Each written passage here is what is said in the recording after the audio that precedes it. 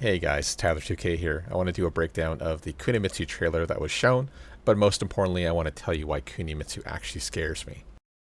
So let's get right down to brass tacks. What really scares me is her new choice of weapons.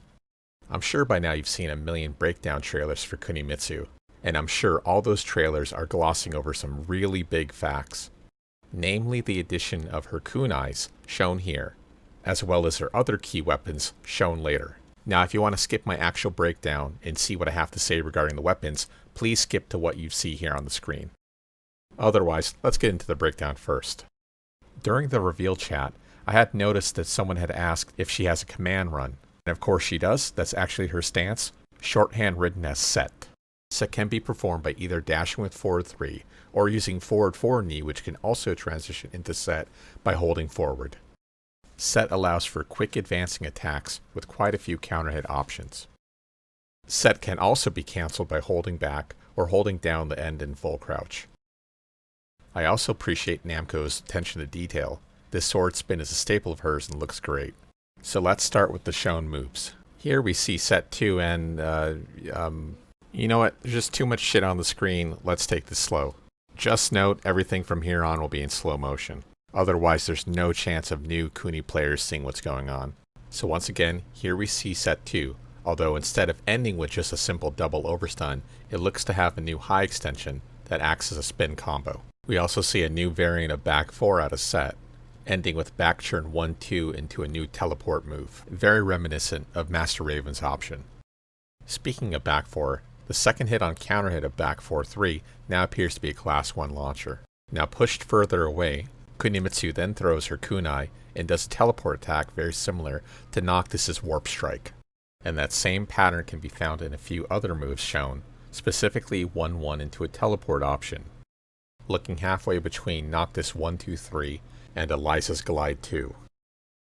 Another nice little attention to detail is that we actually see Kunimitsu up 3 in this animation. Oftentimes these cinematics won't even show real moves, just stylized ones. For instance, here we see set 4, which does cause an attack throw with the little spinny animation, although in this situation you never really see it come out. So honestly, bravo. The whole reveal is a great mashup of cinematic and real in-game elements, a great nod to returning players while still keeping the new ones engaged. And what good is a character reveal without new moves? I can't quite tell if this is like Noctis 4 forward 1+2 or is an actual full crouch attack similar to Claudio.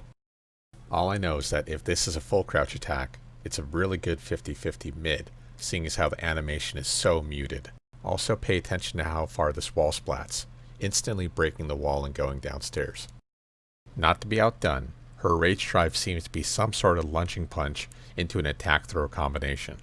What's really interesting is typically rage drives are souped up versions of normal attacks, although she's never had an attack quite like this. Not quite set 2, nor any move we've seen so far in this trailer, what might the input actually be?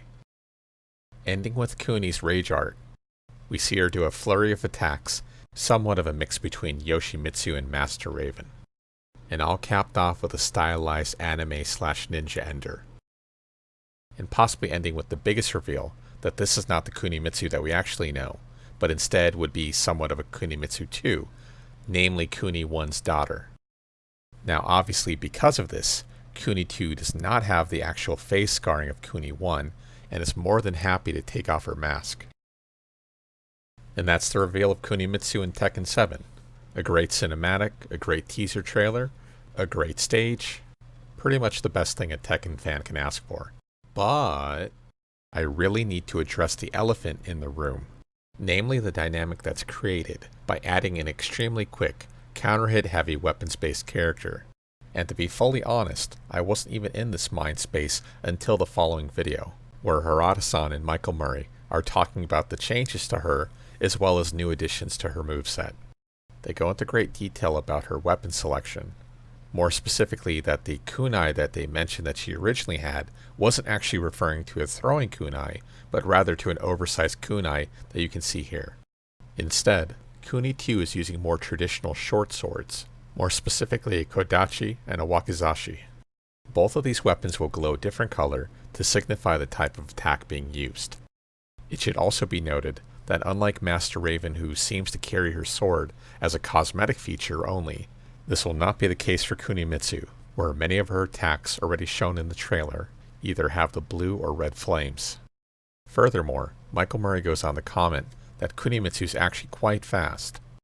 One of her defining features is both her speed and attack speed. Of course, this shouldn't be much of a surprise to Tekken players who played Tekken Tag 2, as she had counter hit traps like set 1-2 or down forward 1-3, moves and strings that punish mashers greatly. Although she also had incredibly fast and otherwise invisible options, such as full crouch down forward 3 and the infamous forward forward 4. Now please don't get me wrong, I by no means think that Kunimitsu is a god tier character in Tekken Tag 2. She was too high risk for how little reward overall she could get. The only problem I foresee for Tekken 7 is that as the game has become safer while granting roughly the same amount of reward, she has the potential to be a highly disruptive character, with already a huge assortment of attacks that cannot be reversed, whether to being knees, or jumping advancing attacks, or running attacks, or invisible high-risk low-launching attacks, converting even more of her move list to weapon-based attacks which can also not be reversed. Honestly feels like a recipe for disaster. Call me cynical, but after Season 3, there's a delicate line that needs to be walked, and hopefully Kunimitsu is more friend than foe.